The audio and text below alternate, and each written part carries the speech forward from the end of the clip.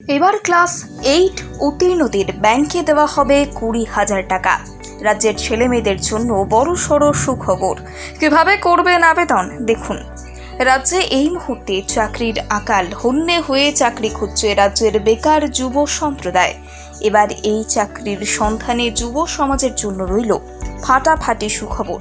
কেন্দ্রীয় সরকারের অধীনে দেওয়া হচ্ছে দুর্দান্ত একটি চাকরি, যেখানে না লাগবে অতিরিক্ত কোনো যোগ্যতা, না হবে অতিরিক্ত কোনো ঝামেলা। খুব সহজেই অল্প যোগ্যতায় এই চাকরি পাওয়া যাবে। আর এই সুবর্ণ চাকরিটি দিচ্ছে কেন্দ্রীয় সরকারের অধীনস্থ কোচিন শিপইয়ার্ড লিমিটেড কোম্পানি।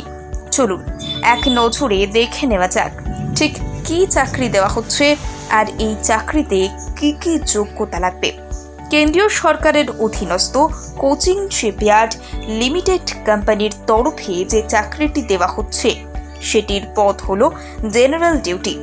এই ক্ষেত্রে মোট শূন্য পদ রয়েছে 15টি। এই চাকরির জন্য কি কি যোগ্যতা লাগবে? এই পদে আবেদনের জন্য ন্যূনতম যোগ্যতা হিসেবে 7ম শ্রেণী উত্তীর্ণ হতে হবে। সেই সাথে ফুড প্রোডাকশন অথবা ফুড সার্ভিসেস কোম্পানিতে কাজ করার, ক্যাটারিং সার্ভিসিংয়ে 2 বছরের ভোকেশনাল ট্রেনিং করার অভিজ্ঞতা লাগবে। এই চাকরিতে বেতন দেওয়া হবে 20,200 টাকা।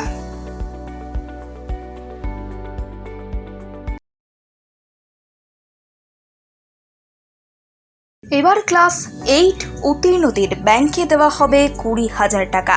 রাজ্যের ছেলেমেয়েদের জন্য বড়সড় সুখবর। কিভাবে করবেন আবেদন দেখুন। রাজ্যে এই মুহূর্তে চাকরির আকাল হন্যে হয়ে চাকরি খুঁজছে রাজ্যের বেকার যুব সম্প্রদায়। এবার এই চাকরির সন্ধানে যুব সমাজের জন্য রইল ফাটাফাটি সুখবর।